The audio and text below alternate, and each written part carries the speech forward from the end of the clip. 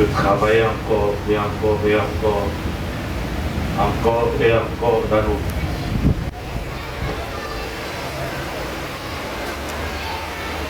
Merci, cher Saint-Esprit. Merci, cher Saint-Esprit. Au nom de Jésus. Amen. Amen. Amen. Est-ce que nous pouvons acclamer le roi de rois?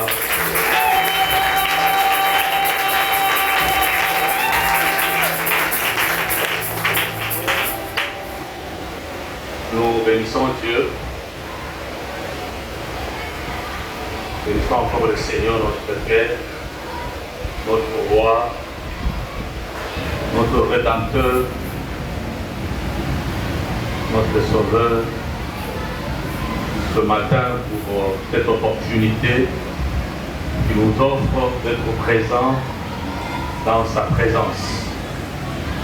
La Bible dit, mieux vaut, n'est-ce pas, aller dans la maison de l'Éternel. Et ce matin, vous qui êtes là, êtes bien heureux parce que vous vous retrouvez dans la maison de notre Père, de notre Dieu. Amen. Je dis merci une fois de plus à notre Dieu qui nous bénit toujours et qui nous garde. Je remercie également les collègues des anciens qui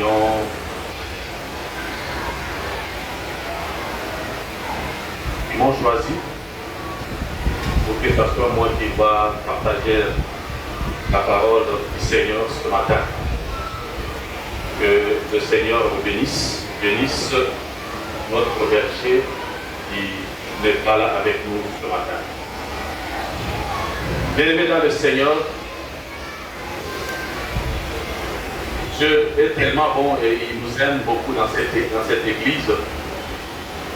En voyant ce que le Seigneur est en train de réaliser, en train de faire, je ne sais pas comment est-ce que vous vous sentez après ce temps que nous venons de passer dans la prière. Notamment, on a fait presque 3 semaines où on était en train de parler sur le Saint-Esprit. Et le dimanche passé, nous étions en sérieux. Je ne sais pas si vous êtes sentis comme moi j'étais ces jours-là. Et après ces jours-là, je ne sais pas si c'est seulement par habitude que nous venons à l'église, c'est-à-dire quand nous venons, nous écoutons la parole de Dieu et après c'est fini, nous oublions, nous laissons tout ce que nous avions écouté en sérieux et on revient, c'est comme on fait le cycle, c'est-à-dire on revient encore à zéro. Et puis le dimanche on arrive, on écoute la parole de Dieu, et puis après, quand on quitte ici, on oublie. Amen. Amen. Bien-aimé, les disciples de Jésus, le jour de la Pentecôte, quand ils ont reçu la puissance de Dieu, le Saint-Esprit, il y a eu un changement. Et le changement était radical. Le changement était général. Et dès qu'ils ont reçu le Saint-Esprit ce jour-là, lorsque le lac de feu ont descendu, ont réagi ces jours-là dans cet endroit-là, les disciples se sentaient déjà responsables. Ils se sont sentis investis d'une responsabilité que Dieu les a confiée. Voilà, la Bible nous dit ceci, car tous ceux qui sont conduits par l'Esprit de Dieu sont fils de Dieu. Amen. Amen. Car tous ceux-là, tous ceux qui sont conduits par l'Esprit de Dieu sont fils de Dieu. Amen. Voilà l'importance du Saint-Esprit. L'importance d'être conduit par le Saint-Esprit. Dans nos agissements, dans notre comportement, dans notre façon de vivre, dans nos relations personnelles. Que le Saint-Esprit soit au centre. Amen. Le berger nous a plus demandé de revenir encore sur le cœur de l'homme. Amen. Vous voyez quand on montre l'image du Saint-Esprit, quand le Saint-Esprit siège au-dedans d'une personne, ou bien quand le Saint-Esprit entre dans la vie d'une personne, toutes les mauvaises choses sortent. Amen. Et j'aime même cette illustration. On montre des bestioles, de bêtes, toutes ces mauvaises choses-là sortent dans la vie de cet homme. Et c'est ça l'image que nous, en tant qu'enfants de Dieu, devons avoir quand le Saint-Esprit est réellement en nous. Et c'est la question que nous pouvons nous poser ce matin. Est-ce que réellement le Saint-Esprit est en moi? Amen. Amen.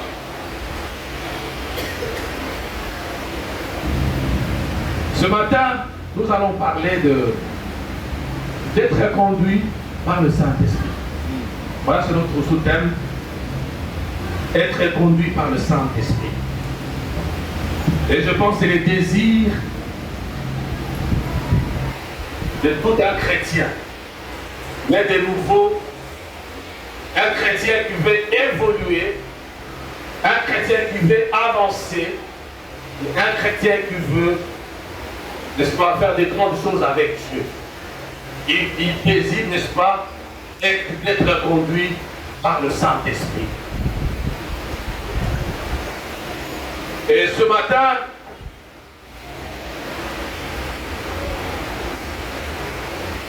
nous allons voir et nous allons nous poser des questions par rapport à nous-mêmes. Pourquoi le Saint-Esprit, comment le Saint-Esprit pourra m'aider, n'est-ce pas, pourra me conduire? Comment? Ce sont des questions que nous pouvons nous poser. Mais le Saint-Esprit, comme nous l'avions dit quand les disciples ont expérimenté la puissance, la présence du Saint-Esprit dans leur vie, vous avez vu que même tous ceux-là qui étaient incapables de faire quoi que ce soit, mais après la venue du Saint-Esprit, il y a eu un changement total dans leur vie. Voilà pourquoi, bien aimés dans le Seigneur, vous allez voir comment quelques-uns parmi, parce que nous connaissons les disciples. Aujourd'hui, si nous parlons des évangiles des disciples, nous voyons comment est-ce que le Seigneur, c'était après le Saint-Esprit, est venu dans leur vie et ils ont fait des exploits. Tous ceux-là qui ont travaillé avec Jésus, excepté notre frère Judas qui n'était plus.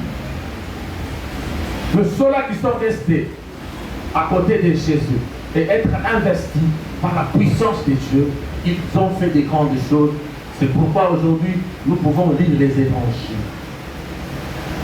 Nous pouvons parler des chants, nous pouvons parler de Luc, nous pouvons parler de Marc, nous pouvons parler de Matthieu, parce qu'ils ont été investis de la puissance de Dieu. Et en étant investis par la puissance de Dieu, qu'est-ce qu'ils ont fait? Ils ont placé la croix devant eux et le monde derrière eux. Amen. Amen. Ils ont travaillé. Moi, je ne sais pas dans la parole de Dieu où on dit que quand le Saint-Esprit est venu, quand le Saint-Esprit a touché les disciples sont rentrés dans leur travail d'Adam. Non. Amen. La Bible dit Quand Jésus-Christ était cloué et mort, quelques disciples sont rentrés dans leur travail qu'ils faisaient avant. Vous pouvez aller pécher, vous pouvez aller faire ceci, cela. Mais lorsque le Saint-Esprit s'est investi en eux, ils ont pris la décision totale de servir le Seigneur. Et ils l'ont fait. Et quel est ce travail, quelle est cette mission? La mission était d'aller propager la bonne nouvelle. Et quelle est cette bonne nouvelle? La résurrection de Jésus. Amen. Amen. Si Jésus-Christ était ressuscité, ce n'est pas seulement à cause des gens, à cause de Matthieu, mais aussi à cause de nous qui sommes là ce matin. Si Jésus-Christ n'était pas ressuscité, on ne pouvait même pas être présent en ces lieux et témoigner qu'il est vivant. Amen. S'il est vivant, c'est parce qu'il est ressuscité. Et c'est ça la bonne nouvelle que nous devons amener à tous ceux-là qui ne les connaissent pas. Amen. Être rempli du Saint-Esprit signifie être rempli de Christ. Si nous sommes remplis du Saint-Esprit, nous sommes remplis de Christ. Dans la Bible, Jésus-Christ est en train de dire aux disciples, il faut mieux que moi je m'en aille. N'est-ce pas? Il faut mieux que moi je m'en aille. Il y a les consolateurs qui viennent. Le Saint-Esprit. Et c'était vraiment pour nous, c'était une bonne chose pour tous ceux-là qui croient en ce Jésus. Il fallait que Jésus-Christ puisse partir et que le Saint-Esprit vienne travailler avec lui. On dit qu'il est notre compagnon, il est notre consolateur, il est notre ami, il est tout pour nous. Amen. Amen. Oui, bien-aimé, être rempli du Saint-Esprit, c'est être rempli de Jésus. Et quand nous sommes remplis de Jésus, nous nous soumettons à lui. Nous laissons Jésus nous conduire. Nous laissons le Saint-Esprit nous conduire. Dans tous les détails, même les tout petits détails de notre vie. Amen. Et c'est le Saint-Esprit qui nous conduit. Et si réellement nous arrivons à exercer cela, nous allons faire des grandes choses avec le Seigneur Jésus. Plus que même Matthieu, plus que même Jean, plus que les autres. Amen. Amen. Un exemple typique. Un monsieur qui a fait des grandes choses, plus que même tous ceux-là qui étaient avec Jésus à ses côtés. Nous parlons de Paul. Amen. Amen. Amen. Lorsque Paul a rencontré le Seigneur, lorsque Paul a été investi de la puissance de Dieu, Paul a accompli des choses, moi je dirais, plus que même ce que Matthieu a fait, plus que même ce que Luc a fait, plus que même ce que Marc a fait. Amen. Amen. Et ce matin, bien-aimé, c'est notre désir. Si nous désirons faire des grandes choses dans notre vie avec le Seigneur, est-ce que le Saint-Esprit puisse prendre le contrôle de notre vie? Laisse-toi diriger, laisse-toi conduire par le Saint-Esprit. Nous refusons d'être conduits par le Saint-Esprit. C'est comme ça que nous n'arrivons pas à accomplir des grandes choses avec Dieu. Le Saint-Esprit, c'est celui-là qui nous donne cette capacité d'opérer des miracles et des prodiges. Et pour arriver à ce stade-là, il faut se laisser conduire par le Saint-Esprit. Mais par contre, ce que nous voulons en tant qu'enfants de Dieu, nous voulons nous conduire le Saint-Esprit. Il y a des moments où nous disons au Saint-Esprit, va laisser d'abord, laisse-moi faire, fais-moi faire. Amen. C'est à ce moment-là que nous tombons, à ce moment-là que nous sommes confus. Parce que nous ne laissons pas le Saint-Esprit prendre le devant. Et si nous acceptons de nous humilier, de laisser le Saint-Esprit dominer totalement d'une manière générale dans notre vie, vous allez voir. C'est très facile avec le Seigneur. Le Seigneur fera des choses, des grandes choses avec vous, avec nous. Et il nous aime, notre Dieu. Amen. Comment être conduit par le Saint-Esprit? C'est la question que nous pouvons nous poser ce matin. Comment être conduit par le Saint-Esprit? À cette question-là, nous allons lire quelque chose dans la parole de Dieu. L'évangile des Jean nous rapporte un certain nombre de promesses de Jésus, n'est-ce pas, sur les rôles du Saint-Esprit dans la vie de chrétien que nous sommes. Nous n'aurons pas à lire tous les versets, tous les versets, tout le passage, et nous allons parler seulement de l'évangile des Jean et nous allons lire quelques passages et nous allons commenter. Si on peut nous afficher Jean chapitre 14, versets 16 à 17. Oui, il ceci. Et moi, je prierai le Père et il vous donnera un autre consolateur afin qu'il demeure éternellement en vous. Rentrez un peu sur les 16. Et moi, je prierai le Père et il vous donnera un consolateur afin qu'il demeure éternellement avec vous.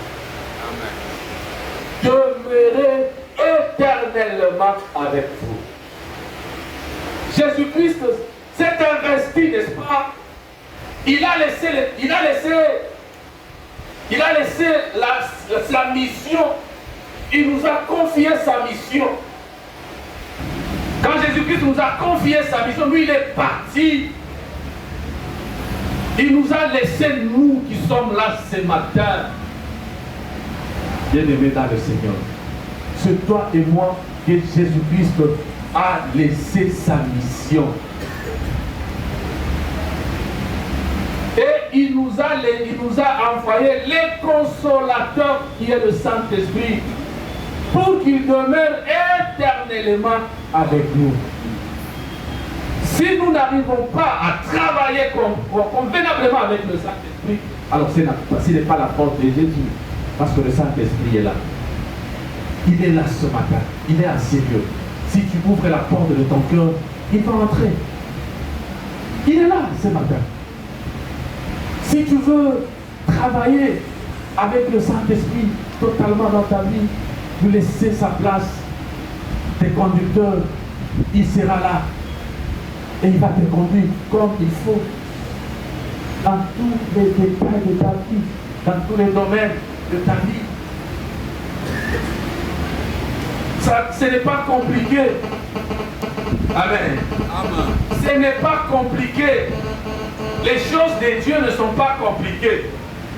Nous rendons les choses compliquées nous-mêmes. Amen. Amen. Par cette nature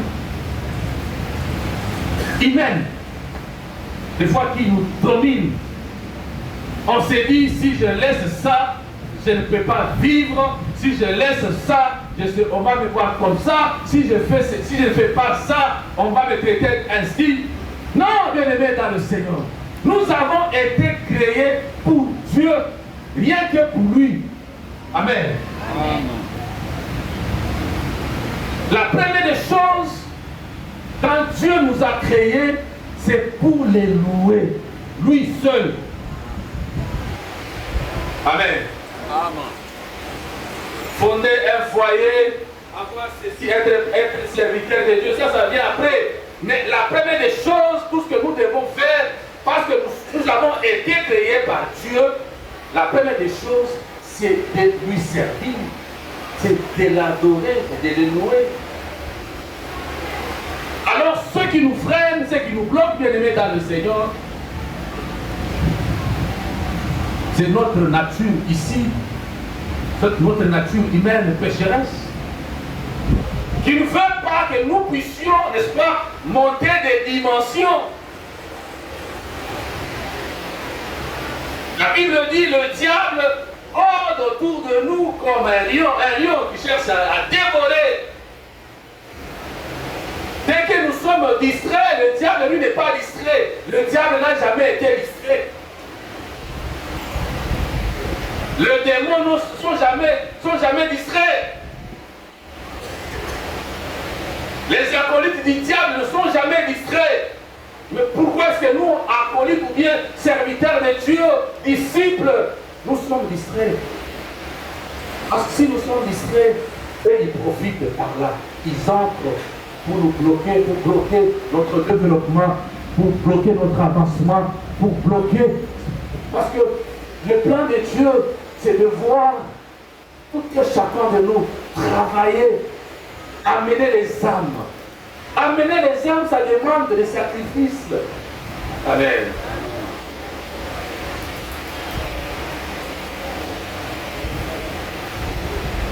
En tant que disciples, nous n'avons aucune raison de penser que le Saint-Esprit ne prie à l'œuvre. Amen. Comment est-ce que nous pouvons penser comme ça? En tant que disciples, nous savons que Jésus-Christ est parti et il nous a laissé le Saint-Esprit. Et le Saint-Esprit travaille.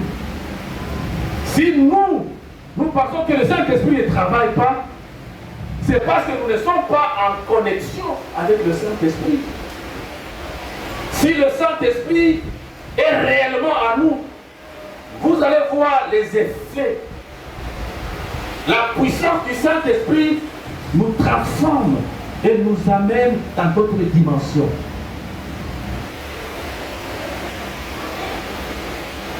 Je sais que nous avons ces désirs-là dans nos cœurs. On s'est dit, moi, j'aimerais être cette personne. Quand je pose la main, je vais malade, la maladie disparaisse. Oui, c'est possible. Mais par la puissance du Saint-Esprit. Si le Saint-Esprit est investi à nous, nous avons cette capacité de dire à cette chaise ici, d'aller comme ça fait partie. Qu'est-ce qui est impossible à notre Dieu? Amen. J'étais en train de voir une vidéo d'un chrétien, c'est aux États-Unis, au Texas. Le monsieur, il y a un couple qui avait sa dette. Je crois que c'est de 23 000 $, quelque chose, bien 28 000 $. Alors le bien-aimé, tellement qu'il a demandé sa dette, et ces gens-là n'ont pas payé. Jusqu'à ce qu'à un moment, il était emporté, il est allé les menacer. Il les a menacés. Juste après qu'il est parti, il y a eu un drame. Ces couples-là, on les a retrouvés morts à leur maison. On ne sait pas qui les a tués, mais on dit que non, c'est notre frère qui les a tués. La police est venue, on l'a arrêté, et on l'a condamné à mort. Vous savez, chez eux là-bas, la condamnation à mort, on va pas te tuer. On va les déplacer quelque part où on va lui mettre quelques substances. Après 3 secondes, tu es mort aussi. Le frère, tellement qu'il était innocent, il a plané son innocence partout. Même quand on l'a mené, là on va l'injecter ces substances pour qu'il soit mort. Le frère continuait à planer son innocence. Il était en train de prier. Il demandait à Dieu. Et à son côté, il y avait un pasteur qui était venu prier avec lui. Parce que c'était son dernier tour. Il était là, sa famille était assise là-bas et regardait comment leur fils est en train de mourir. Il était en train de prier son Dieu. Et Dieu sait qu'il est innocent. Il n'a rien fait de mal. On l'a placé sur ce lit-là, on a commencé à l'injecter. On a injecté pour la première fois. C'est en 3 secondes. Donc vraiment, en 3 secondes, tu es foutu, tu es mort. On l'a injecté pour la première fois. Après 3 secondes, ils ont regardé 3 secondes, il n'est pas mort. 5 secondes, 10 secondes. Non. Le médecin se font consulter. Est-ce que vraiment c'est la dose vraiment, c'est la dose réelle que vous avez? Oui, ils ont vérifié, c'est la dose réelle. Ils l'ont injecté pour la deuxième fois. Le frère n'est pas mort. Alors le médecin se sont encore consultés. Il dit, est-ce que réellement c'est les produits que nous utilisons? Ils ont appelé, et notre laborantin, il est venu, il a vérifié, c'est réellement là, le produit en question. Ils ont fait pour la troisième fois, le frère n'était pas mort. Alors que lui-même qui était le responsable, dit non, ce monsieur c'est un innocent. Amen. Ce monsieur c'est un innocent. Directement, ils sont allés l'injecter d'autres produits, n'est-ce pas, pour enlever le poisson là, à l'époque. Et ils l'ont fait. Et le frère s'est mis debout. Avec sa famille, ils ont commencé à louer les Seigneur. Et il est rentré à la maison. Amen. Bien-aimé dans le Seigneur, le miracle existe. Les prodiges existent. Mais la source de toutes ces choses-là, c'est la communion. La connexion avec le Saint-Esprit. Si on est connecté avec le Saint-Esprit, nous verrons des grandes choses avec notre Dieu. Amen.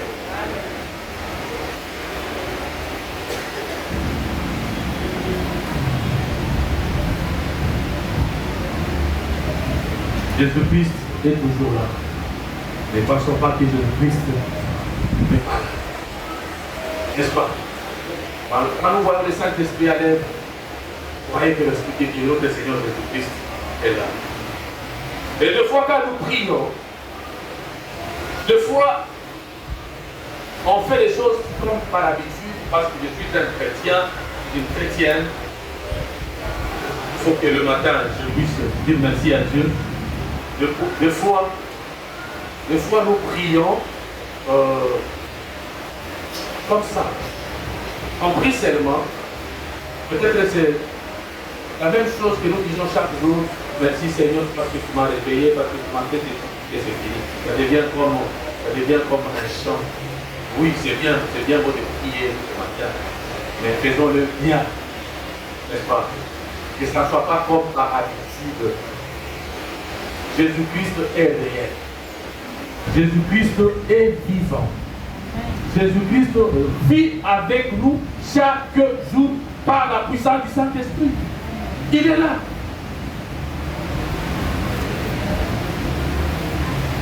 Et comme l'indique le nom même du Saint-Esprit, hein? Comme l'indique le nom Saint-Esprit, la première des choses, eh bien, le rôle premier du Saint-Esprit, d'abord, il nous amène à chercher la sainteté. Amen. Est-ce que quelqu'un m'a compris? Le rôle premier du Saint-Esprit, c'est de nous amener à chercher d'abord la sainteté. La sainteté. Amen. Et quand tu te sens ainsi, que réellement le Saint-Esprit dans ta vie est en train de t'amener dans ce sens-là à vivre la sainteté, à faire les choses comme Christ. Ah, là, tu commences à arriver. Là, tu commences à arriver et c'est possible avec toi de faire des grandes choses avec le Seigneur.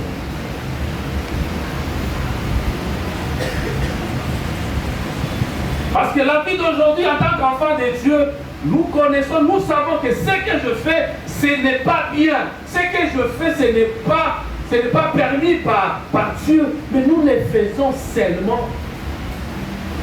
Et ça devient comme d'habitude.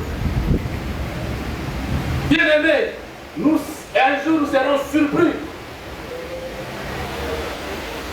Des fois, nous prenons les choses de Dieu comme si c'était bien les choses de notre famille. Oui, c'est la famille de Dieu. Mais soyons souples. Soyons vigilants. Quand Jésus-Christ viendra, On ne connaît pas. On ne connaît pas. Il peut venir, juste après ici, il peut venir. Même maintenant, là, il peut venir. Ne pensons pas que c'est nous qui gérons le temps. Le temps. Le temps. Ça, c'est notre dimension. Ça, c'est la dimension de Dieu. Gérer le temps, c'est la dimension de Dieu. Parce que nous sommes même incapables de savoir ce qui peut nous arriver d'ici une minute. Nous sommes incapables de savoir ce qui peut arriver demain. Amen. Même Paul, qui pouvait travailler avec Dieu, il pouvait parler des futurs, mais en partie, pas du tout. Amen. Il pouvait parler de ça. Que voilà ceci, je vois cela. Demain, ou bien demain, telle chose va se réaliser. Mais c'était en partie. C'était en partie. Mais la totalité des choses, c'est Dieu lui-même qui les maîtrise. Alors le temps n'est pas notre faveur. Mais ce que nous devons faire, c'est de travailler avec le Saint-Esprit. Que le Saint-Esprit nous amène à la sainteté et vivre cela éternellement. La Bible dit qu'il vit à nous éternellement. Si on peut nous afficher Jean chapitre 14, verset 26, rapidement, voilà. Mais les consolateurs, l'Esprit que le Père enverra en mon nom, vous enseignera toutes choses et vous rappellera tout ce que je vous ai dit. Amen. Et ce matin, le Saint-Esprit est en train de nous rappeler ce que Jésus avait dit. Amen. Ce matin, le Saint-Esprit est en train de te rappeler ce que Jésus a dit. Jésus nous demande d'haïr le monde et de nous attacher à la foi. Amen. Nous devons chercher la sainteté, la sanctification. Un chrétien, c'est celui-là qui vit dans la sainteté, dans la sanctification. Et si nous vivons ainsi, nous allons voir notre vie changer et transformer.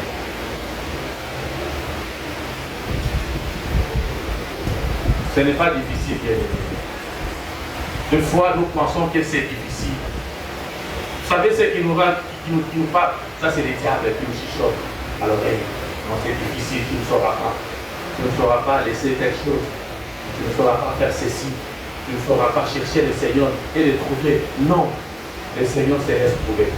Le Saint-Esprit se laisse trouver. Il est là ce matin. Si tu ouvres ton cœur, si tu t'abandonnes totalement, il va te conduire. Il n'y a pas de retard. Même ce matin, tu peux prendre la décision, comme les disciples l'ont pris ce jour-là, après avoir été remplis par le Saint-Esprit, ils ont pris la décision. Il y a ceux-là qui étaient incapables de dire quoi que ce soit, mais ce jour-là, ils ont pris la décision de changer. Ils ont pris la décision de travailler sans réserve. Ils ont pris la décision, n'est-ce pas, d'abandonner, de laisser le monde derrière eux et de s'avancer vers la croix. Amen. Que le Seigneur nous aide, bien aimés, dans le Seigneur.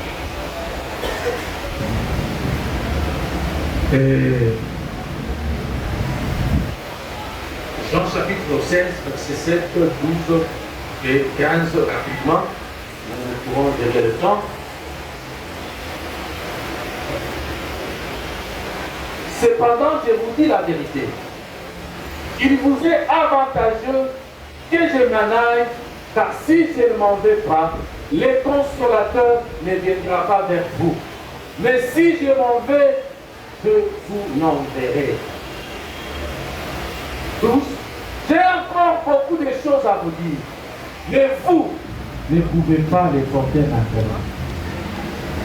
Quand le consolateur sera venu, l'Esprit de vérité, il vous conduira dans toute la vérité, car il ne parlera pas de lui-même, mais il dira tout ce qu'il aura entendu, et il vous annoncera des choses à venir. D'accord? Il me glorifiera parce qu'il prendra de ce qui est à moi et vous l'annoncera. Tout ce que le Père,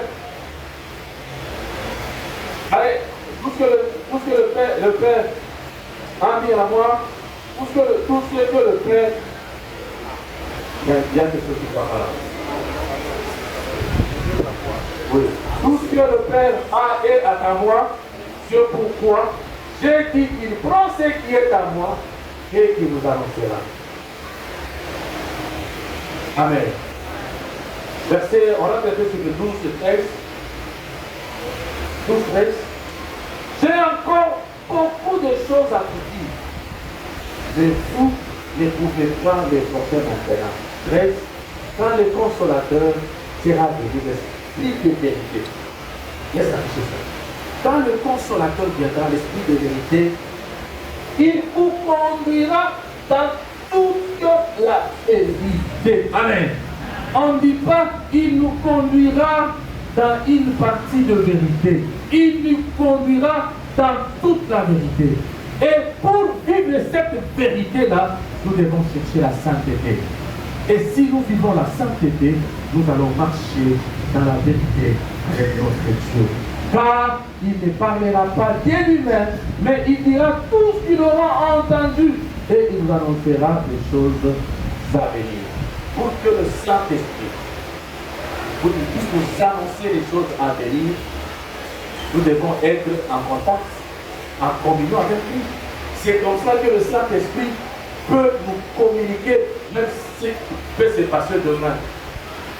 Ce n'est pas de la magie, ce n'est pas seulement la sorcellerie, ce n'est pas seulement quoi que ce soit, mais quand tu es connecté par le Saint-Esprit, Amen, tu peux dire demain, à 7 heures, il y aura ceci ou cela. Amen.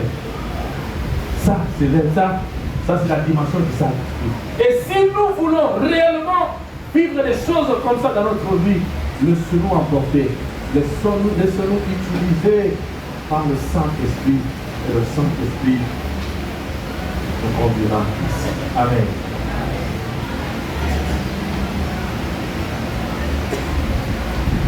Si nous voulons accomplir de grandes choses, comme je l'ai dit, avec Dieu, comme Paul, Daniel, Élie, Élisée, toutes ces personnes dans la Bible, et nous connaissons les histoires. Pourquoi ces gens-là sont arrivés à faire de grandes choses avec le Seigneur? Parce qu'ils ont vu le monde, le monde. Ils ont laissé derrière eux. Et ils ont choisi Christ. Ils ont choisi la foi. Amen. C'est son sacrifice. C'est ça qui nous manque, le sacrifice. Nous ne voulons pas souffrir pour Christ. La Bible dit, le Christ me dit, celui qui veut me suivre, qu'il fasse quoi? Pour plus prendre sa croix. Prendre la croix, ce n'est pas manger le pain seulement. Prendre sa croix, c'est aussi souffrir. C'est aussi manquer. C'est aussi avoir, c'est aussi ne pas avoir ceci ou cela, mais nous fixer son regard sur le Christ qui va te conduire à toutes les choses. Et nous devons, avant tout accepter, d'être conduits par le Saint-Esprit à la sainteté d'une manière générale ou totale. Amen. Nous allons tous nous élever. Oh, Dieu.